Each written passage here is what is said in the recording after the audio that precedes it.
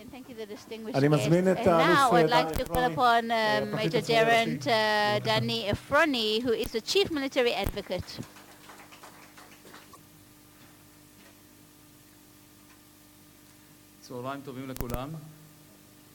Good afternoon. It was lovely listening to Tal Rousseau and also the other dear friends. Some of the dilemmas that they spoke about are dilemmas that we actually had to contend with during the Pillar of Defense, and also the question that we had from the audience before regarding schools. And that is also a question that we had to contend with, and I'm sure it will come up again in future as well. In the conference that was held here 2 years ago, Gabi, if I remember correctly, I actually said a few words as well. It was after Pillar of Defense, and I talked about different challenges that the IDF had during that operation, the legal complexity, and operational complexity. Of course, these are connected. I also pointed out back then that also the most precautionary and advanced technologies cannot always prevent the collateral damage to civilians around those areas, and that's because the way the nation conducts itself, it completely assimilates into the civilian population in order to prevent, us from being able to distinguish between, proper military targets and civilian ones. That's why I cautioned back then that we cannot rely on the fact that in future operations, will be the future operation will be like Pillar of Defense. We had almost zero casualties in comparison to the number of attacks and the number of terrorists that were attacked. And unfortunately, not much time elapsed. And the last summer, we had protective edge operation. It was very broad. Much more than Pillar of Defense operation, and as I expected, the results were much more painful. With that, differently from the unlike the second war, the CAST-led protective edge reflects different challenges of warfare in densely populated areas, and even more important, of a failure, I think, of the international community to contend with these. What I'm trying to say, I would actually like to shortly relate to the challenges of warfare and failed response in the international community and its significance. Yeah. We all know that warfare in urban space is more challenging than other types of warfare.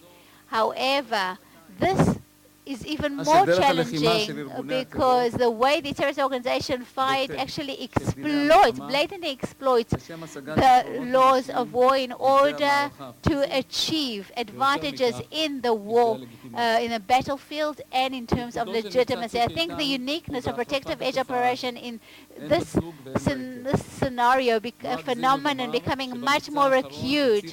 In the past operation, Hamas posed challenges that were so difficult that we were not familiar with before. Even others had not experienced this in the past, and we have to recalculate and rethink our attitude. Let me tell you of 3 examples to make this more tangible.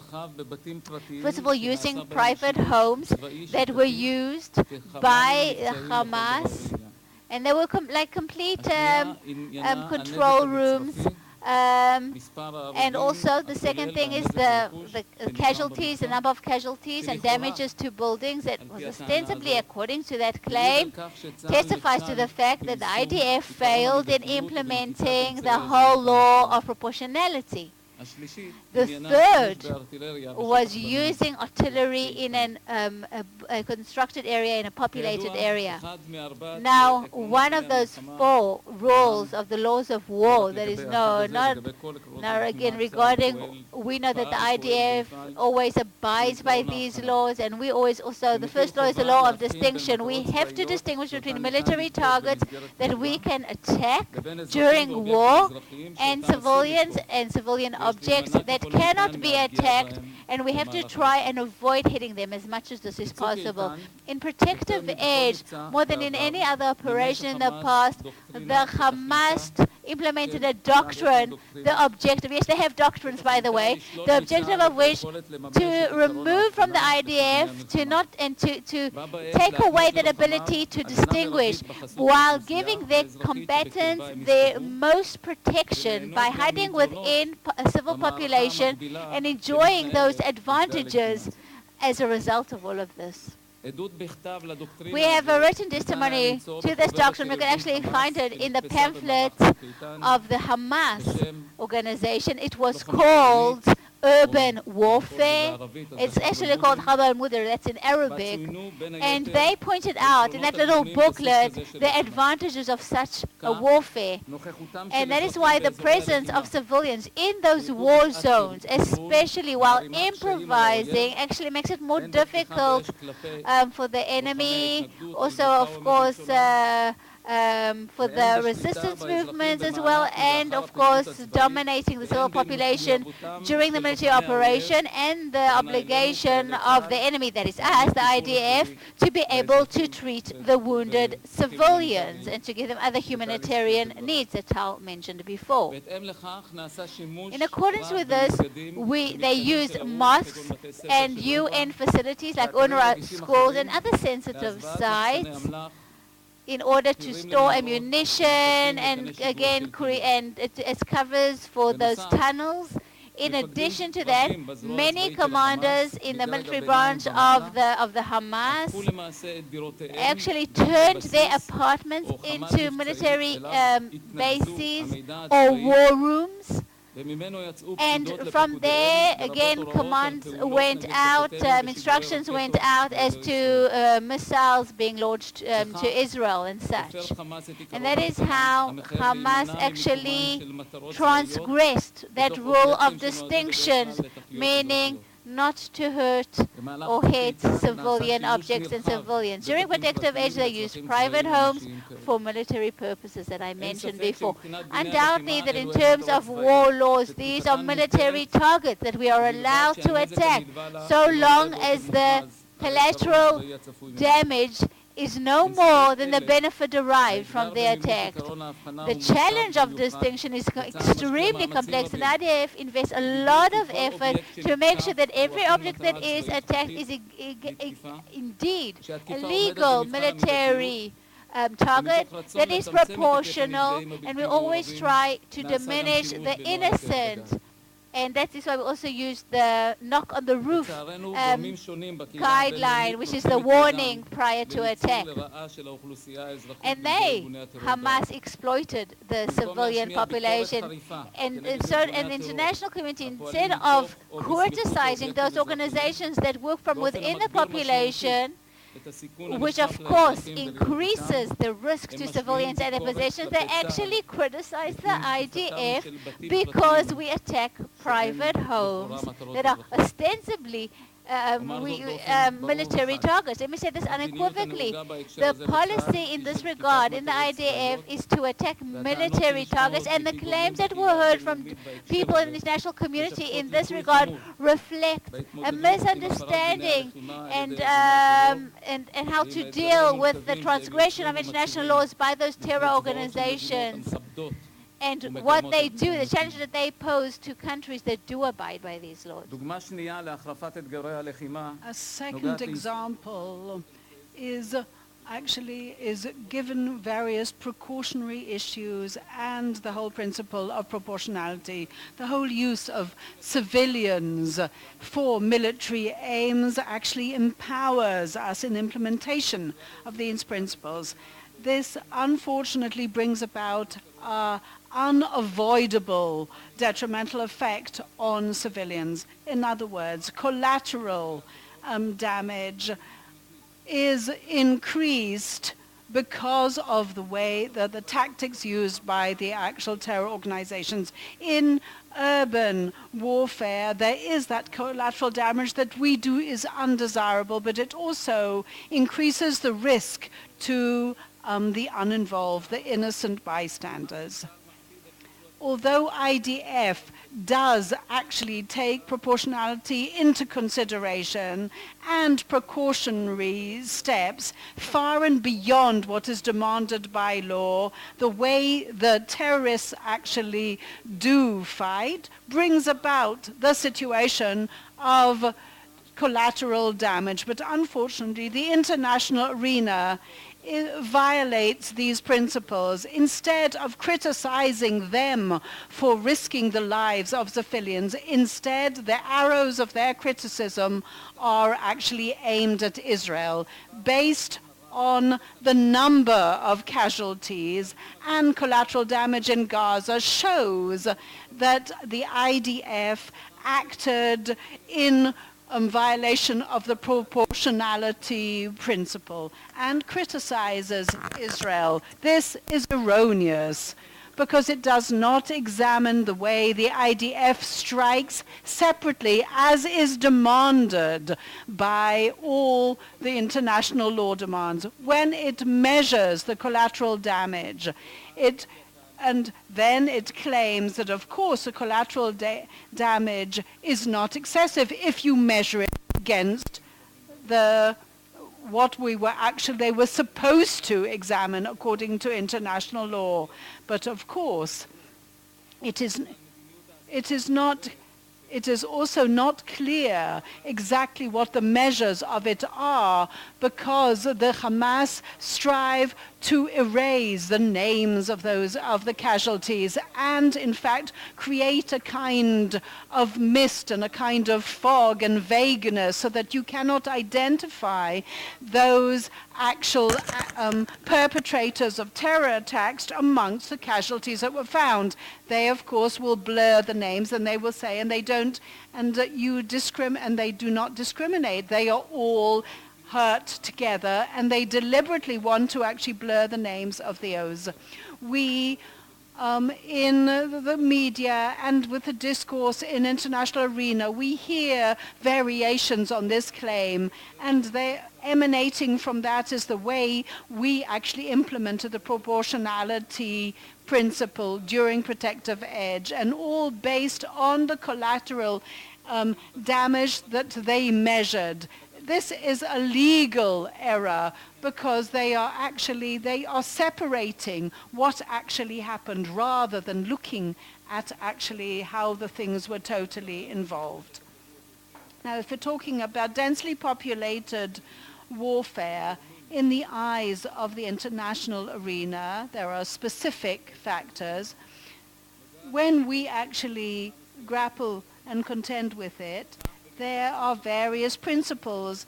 For example, they were using mortars and they were using shells that they were firing, and also underground intensive fighting that was going on between the underground terror organizations, between the terror organizations and the IDF.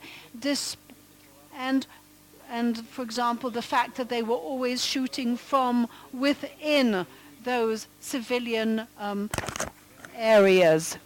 The IDF is now fighting all these organizations, but at the moment they're very deeply involved in a debriefing and an investigation process, and I can't expand on that, but we are doing that internally. But I would like to stress that the use of mortars in urban warfare is something used by other Western armies as well, whose representatives of some of them are participating in the convention today. From the point of view of international law, that use is permitted according to the circumstances. What was the reaction of the international arena of the use of civilian houses and people for military use and terror use, for example, in Shaja'ir?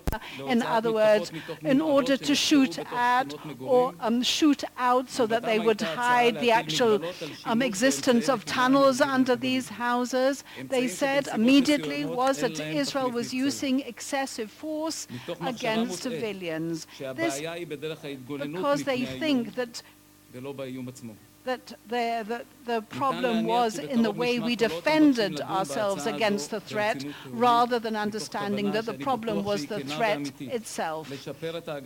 Of course, we want to try and improve the defense and protection of civilians, but if they think that they're going to actually achieve it by narrowing down the toolkit that is used by law-abiding armies, and thus neutralize our possibility to protect ourselves and our possibility to actually contend with terror forces in densely populated areas. But after the Second World War, here in the 21st century, the rules that were created, they wanted both moral and ethical laws in order to protect the armies and protect the states, the various states, when having to contend with that kind of situation. But when there is a trampling of international law, then this, of course, can detrimentally affect not only Israel but others. But unfortunately, this has penetrated and infiltrated the discourse of the international arena, and thus actually narrowing down Israel or other law-abiding armies and countries to in fact defend themselves. This has impacted the international discourse in such a way that now, in fact, instead of protecting and enhancing the protection of civilians, it is detrimentally affecting it. During Protective Edge, there were certain situations that I described, and in the previous panel, other situations were described. These situations, unfortunately, will not be decreased. On the contrary, they will only spiral. Our expectation is of the international arena that they should not allow terror organizations to dictate the tone. We should not be abandoned from that point of view. There should be a dialogue about the way the international laws are implemented. IDF, like every other army, of course, does make mistakes, like every other army, and as I said, we are investigating, debriefing about various things that happened, and we're talking about dozens of things that were perhaps violations of certain and perhaps even erroneous things, and therefore we are now investigating them internally. But to allow radical and terror organizations to dictate the whole international discourse and the legitimacy in various situations will bring about a kind of handcuffing of the law-abiding governments, and it will enhance the situations that we have seen. It will encourage those situations rather than decrease the involvement of civilians and of collateral damage. This, of course, places so many challenges upon our shoulders. With this reality, we have to think whether we do sufficiently in order to actually grapple and contend with international law that is unfortunately encouraging the situations that we have seen by allowing them to dictate the tone. They are restricting, in fact, the ability of civilians to defend themselves. And that kind of spiraling of a situation we have to be able to curb. There are so many situations wherein we will find ourselves that we will be losing, that we will lose the relevance of actually being able to cope with these situations unless we are allowed to act in such a way.